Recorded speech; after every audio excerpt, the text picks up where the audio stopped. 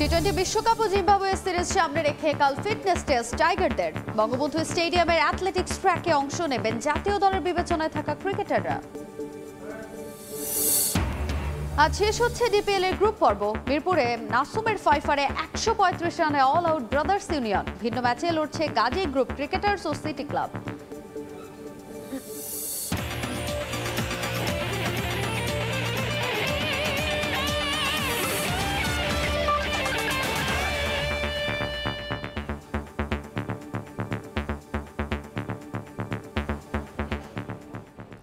বিশ্বের নানা প্রান্তের খেলাধুলার খবর নিয়ে আমাদের নিয়মিত আয়োজন খেলার সময়। আর এই আয়োজনে আপনাদের সঙ্গে আছি তাজিন খন্দকার। শুরুতেই ক্রিকেট। জিম্বাবুয়ের বিপক্ষে সিরিজ ও বিশ্বকাপকে সামনে রেখে কাল থেকে শুরু হচ্ছে ক্রিকেটারদের ফিটনেস টেস্ট।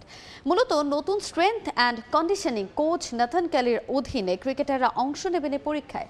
5 ম্যাচে টি-20 সিরিজ খেলতে চলতি মাসের 28 তারিখ বাংলাদেশ সফরে আসবে জিম্বাবুয়ে ক্রিকেট দল। আর বিশ্বকাপ খেলতে 16 মে মার্কিন মুলুকে উড়াল দেবে টিম টাইগার। তার আগে ক্রিকেটারদের ফিটনেস পরখ করতেই এমন আয়োজন বিসিবির, যেখানে অংশ নেবেন টি-20 বিশ্বকাপের সম্ভাব্য দলে থাকা ক্রিকেটার সহ ওয়ানডে এবং টেস্ট দলের ক্রিকেটাররা। বঙ্গবন্ধু স্টেডিয়ামের অ্যাথলেটিক্স ট্র্যাকে শুরুতে 1600 মিটার দৌড়াবে তারা। এরপর শেরে বাংলার ইনডোরে দেবেন নাকি পরীক্ষা। তবে এদিন যারা ফিটনেস পরীক্ষায় অংশ নিতে পারবেন না তাদের পরবর্তীতে সুযোগ থাকছে এই পরীক্ষা দেওয়ার। ইনজুরির সমস্যা থাকায় রানিং করবেন না সৌম্য সরকার, তাইজুল ইসলাম, মুশফিক হাসানরা। তবে সাকিব আল হাসান ফিটনেস টেস্ট দেবেন কিনা তা নিশ্চিত করতে পারেনি বিসিবি। দেশের পেসারের তকমা নয়, বরং দেশকে দীর্ঘদিন সার্ভিস দিতে চান সিমার শরীফুল ইসলাম। বোলিং টেকনিকের সাম্প্রতিক সময়ে সামান্য পরিবর্তন এনে নিয়মিত পাচ্ছেন সাফল্য। বিশ্বকাপে দারুণ সম্ভাবনা দেখছেন টাইগার পেসারদের। দীর্ঘ সময়ের জন্য বিসিবির অনাপত্তিপত্র না পাওয়ায় আইপিএলে লখনৌ সুপার জায়ান্টের হয়ে খেলা হয়নি। এ নিয়ে কোনো আক্ষেপ নয় শরীফুলের। আইপিএল দেখছেন, নিয়মিত যোগাযোগ রাখছেন চেন্নাইয়ে খেলা সতীর্থ মোস্তাফিজের সঙ্গে। রূপগঞ্জের বিপক্ষে 3, শেখ জামালের সঙ্গে 4। এই শরীফুল ভয়ঙ্কর। ডিপিএলে মোটে 3 ম্যাচ, তাতেই 7খানা উইকেট। তাসকিন মোস্তাফিজকে 5 কাটিয়ে পঞ্চগড় এক্সপ্রেসের কাঁধে দেশ সেরা পেসারের তকমা। ব্যাটকে পেছনে ফেলে কিভাবে এতটা বদলালেন শরীফুল? আমাদের কাজই হলো যেখানে খেলবো ভালো কিছু করা। অনেক সময় হয় না, বাট আমরা চেষ্টা করি ভালো খেলার জন্য। আমরা যতগুলো ফাস্ট বোলার আছি দেশের সবাই নাম্বার 1। যে যখন খেলে, যার যখন সময় আসে সেই পারফরমেন্স করে। আমি বেসিক কিছু কাজ করছিলাম যাতে ডিফারেন্ট কিছু করতে পারি, যেমন ভিতরে আনা। সো এগুলো নিয়ে প্র্যাকটিস করছিলাম, সো সাকসেস আসছে। ক্যারিবীয় দ্বীপপুঞ্জ আর যুক্তরাষ্ট্রে ভালো করতে টাইগার পেসাররা আলাদা করে বললে শরীফুলের দিকে নজর থাকবে সবার। তবে তার ভাবনা ভিন্ন। হয়তো সবার চাওয়াটা বেশি, আবার ওইভাবে না হইলেও কিছু করার নেই। কারণ আমি আমার দিক থেকে চেষ্টা করব, প্রতিটা প্লেয়ারই যার যার জায়গা থেকে চেষ্টা করবে। আমাদের পেস ইউনিটটা খুব ভালো, এখন আমরা ভালো শেপে আছি সবাই, শুধু আমি না, প্রতিটা পেস বোলারই শেপে আছে। সো এই শেপটা ধরে রাখার জন্য ইনশাল্লাহ আমরা চেষ্টা করবো ওয়ার্ল্ড কাপে যাতে সেম পারফরমেন্সটা হয়। আইপিএল খেলতে লখনৌ সুপার জায়ান্টসের কাছ থেকে পেয়েছিলেন প্রস্তাব, তবে শর্ত ছিল দেখাতে হবে দীর্ঘ সময়ের জন্য অনাপত্তিপত্র, যা পাওয়া যায়নি বিসিবির কাছ থেকে। শেষ পর্যন্ত তার স্থলে শামার জোসেফকেই দলে টানে লখনৌ। এ নিয়ে অবশ্য কোনো আক্ষেপ নেই শরীফুলের। তবে ঠিকই প্রতিদিন চালাচালি হয় মেসেজ, কথা হয় মুস্তাফিজের সঙ্গে। অবশ্যই তার সাথে কথা হয়, প্রায় দিনই কথা হয়। সে সবসময় কল দেয়, আমিও কল দেই। তো উনি ওইখানের জাস্ট উনি বলে যে ওইখানে প্রেশার কম, তার জন্য হয়তো বা এক্সট্রা কনফিডেন্স পাচ্ছে। সব ঠিক থাকলে সুপার লিগে আবাহনীর জার্সিতে 2-1 রাউন্ড খেলা হবে শরীফুলের। এরপরই শুরু হয়ে যাবে বিশ্বকাপ ব্যস্ততা। মাহবুব রিমন, সময় সংবাদ, ঢাকা। এবারে ঢাকা প্রিমিয়ার লিগের খবর। ডিপিএল গ্রুপ পর্বের শেষ রাউন্ডের ম্যাচে 3 ভেন্যুতে লড়ছে 6 দল। মিরপুরে নাসুম আহমেদের ফাইফারে গোপীবাগের ক্লাব ব্রাদার্স ইউনিয়নের দেয়া 136 রানের টার্গেটে ব্যাট করছে মোহামেডান। এই মুহূর্তে সেখানে আছেন রিপোর্টার তামিম হোসেন। ম্যাচের সবশেষ খবর জানতে সরাসরি চলে যাচ্ছি তার কাছে। তামিম, কিছুদিন আগে মমিনুল হক এবং নাজমুল হোসেন শান্ত বলেছিলেন ঘরোয়া লিগে তাদের চ্যালেঞ্জ ফেস করতে হয় না, যার প্রমাণ এই ডিপিএল এর মঞ্চ।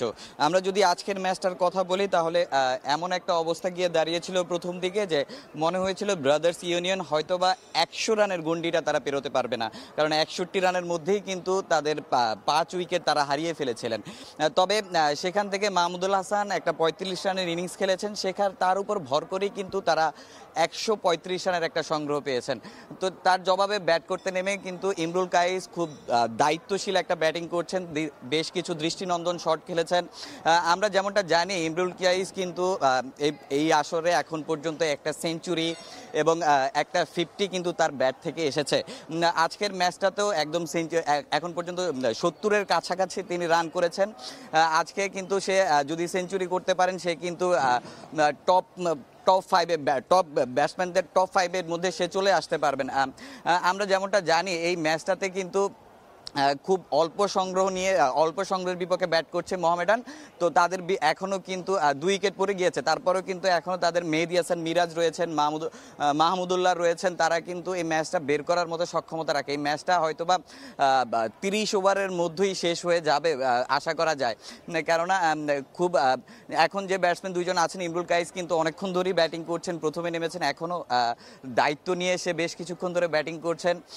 সে বেশ কিছু ভালো শট খেলেছেন এবং ইমরুল কাইস কিন্তু আমরা যেমনটা জানি এর শেষ 2-1টা ম্যাচে কিন্তু তার পারফরমেন্স খুব একটা ভালো ছিল না, তার ব্যাট থেকে কিন্তু রান আসেনি, কিন্তু প্রথম দিকে তার সেঞ্চুরি ছিল, 50 ছিল। এখন এর আগে তার ব্যাটে 266 রান এসেছিল, আজকে তো 266 রান এসেছিল। তো মিরপুর থেকে ব্রাদার্স ইউনিয়ন এবং মোহামেডানের ম্যাচ নিয়ে এই ছিল আমার কাছে সবশেষ। ডিপিএল গ্রুপ পর্বের শেষ ম্যাচগুলো নিয়ে আমাদের সহকর্মী তামিম হোসেন আমাদের সঙ্গে যুক্ত হয়েছিলেন, জানাচ্ছিলেন সেখানকার সবশেষ খবর। ঢাকা প্রিমিয়ার লিগের আরও খবর জানাবো। শেখ জামালকে পর্যদস্ত করে জিতল আবাহনী। এক পেশে ম্যাচে অভিজাত পাড়ার ক্লাবটিকে লজ্জায় ডুবিয়ে মোটে 62 বলেই ম্যাচ শেষ করে দিলেন নাঈম শেখ আর এনামুল হক বিজয়। আগে ব্যাট করে তাসকিন শরীফুল পেস তাণ্ডবে মোটে 88 রানে গুটিয়ে যায় শেখ জামাল। জবাবে নাইমের 50-তে কোনো উইকেট না খুইয়ে লক্ষ্যে পৌঁছে যায় আবাহনী। 4 উইকেট দিয়ে ম্যাচ সেরা শরীফুল। বিজয় যেন ফিনিক্স পাখি, বিশ্বস্ত হাতেই তালুবন্দি, নজর কারা, মুগ্ধতা ছড়ানো। স্ট্যাম্প ভাঙার উৎসবে তাসকিন শরীফুল কাকে রেখে কাকে সামলাবেন, রীতিমতো পর্যদস্ত, বিপর্যস্ত, অসহায়। শেখ জামালের হলোটা কি? বিপরীতে অপ্রতিরোধ হয়ে আবাহনীকে থামাবে কে? টেবিলের 1 আর 2 এর লড়াই। যারা ভেবেছিলেন হবে শ্যান টক্কর, তারা বোকার স্বর্গে বাস করছে নিশ্চিত। শুধু হারলই নয়, রীতিমতো উড়ে গেল আবাহনীর 11-11, 22 পয়েন্ট নিয়ে ধরা ছোঁয়ার বাইরে। Morning shows the day. গোটা ম্যাচে জামাল স্বস্তিতে ছিল না মোটেও। শুরু থেকে শরীফুল চেপে ধরেন টুটি, তারপর সে তালিকায় যোগ দেন তানজিম সাকিব, মুসাদ্দেকরা।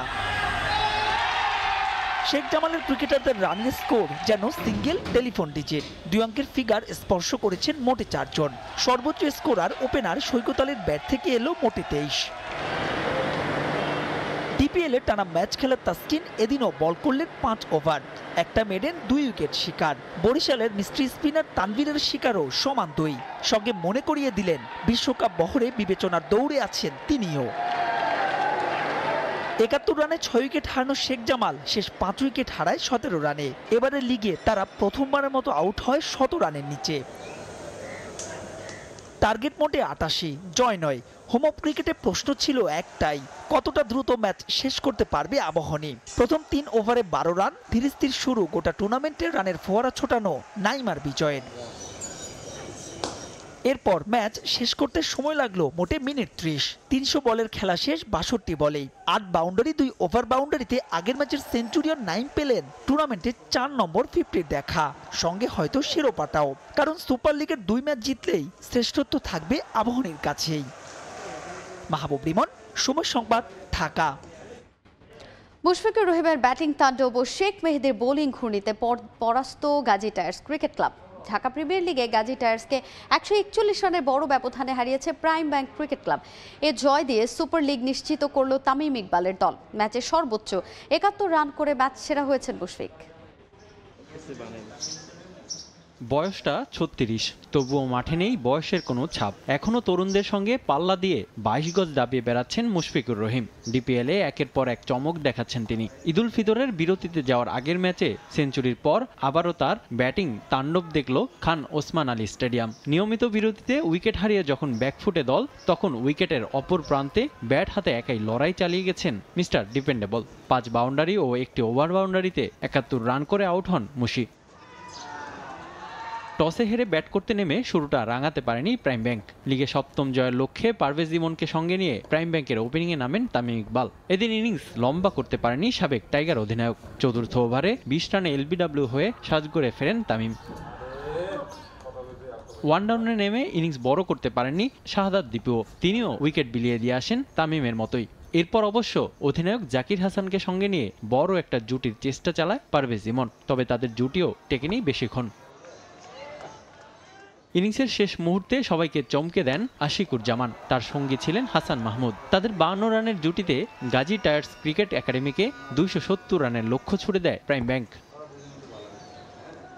জবাবে ব্যাট করতে নেমে শুরুতেই হোঁচট খায় গাজী টায়ার্স। মাত্র 20 রানের আগেই দুই ওপেনার আশিক শিবলি ও ইফতেকার ইফতি ফেরেন সাজঘরে। এরপর বিপর্যয় সামাল দেওয়ার চেষ্টা চালায় হাফিজুর ও আসিফ।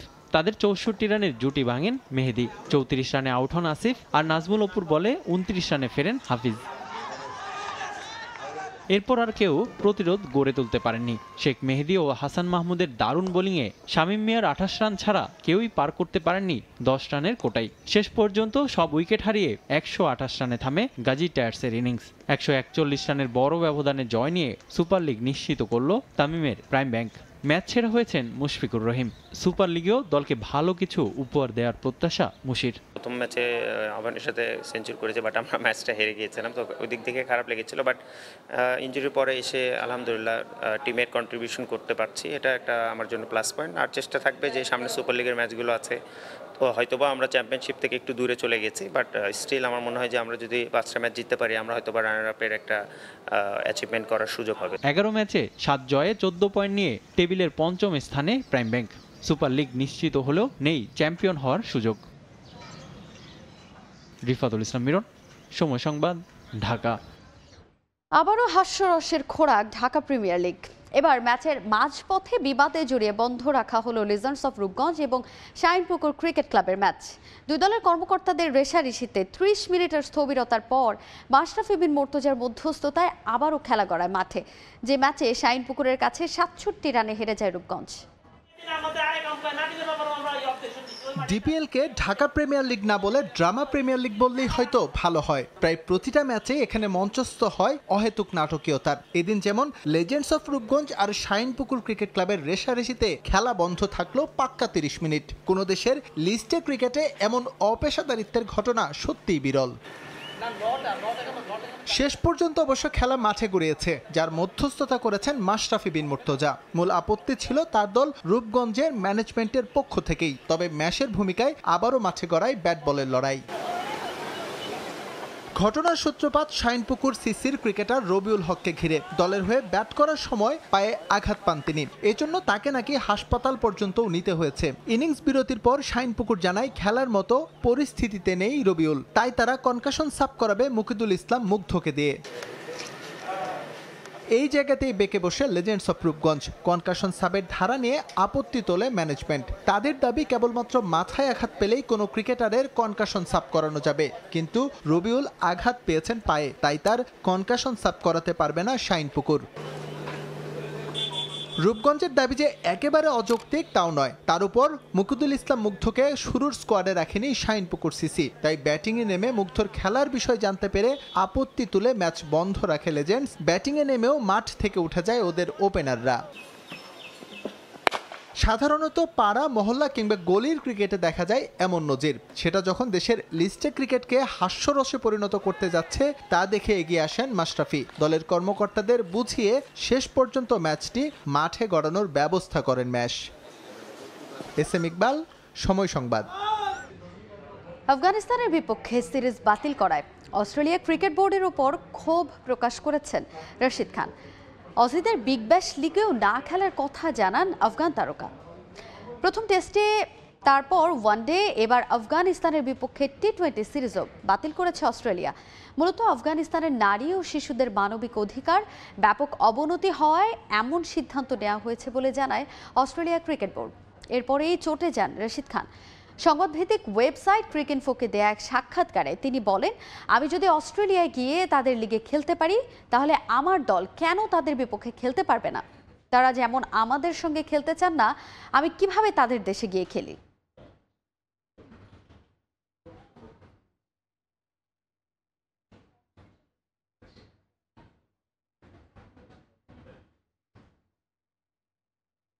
বাগেরহাটের প্রত্যন্ত উপজেলা কচুয়ার প্রথমবারের মতো উন্মুক্ত ম্যারাথন দৌড় অনুষ্ঠিত হয়েছে।